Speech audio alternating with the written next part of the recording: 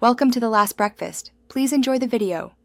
You start by confirming software version and making a quick backup.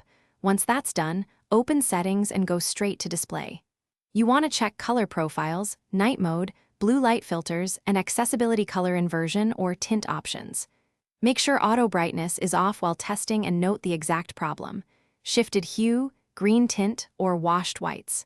If the phone shows physical damage or liquid, stop here and consider repair, because software fixes won't help hardware faults. You now dive into color balance and calibration. Open the RGB sliders or color temperature control and reduce the dominant channel slightly to rebalance the screen. Once done, display a neutral white or gray test image at 50% brightness and scan for uniformity across the panel. If adjustments fail, boot into safe mode to confirm whether an app is forcing a color overlay. Make sure to try a factory display reset option if the system offers it before moving to hardware steps.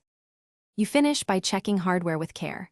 Power off and gently press edges to feel for looseness indicating a connector issue, then power on and retest. If software troubleshooting and calibration didn't work, perform a factory reset after a full backup. Once done, re-evaluate color. If the tint or color shift persists, the problem is likely the display panel or digitizer.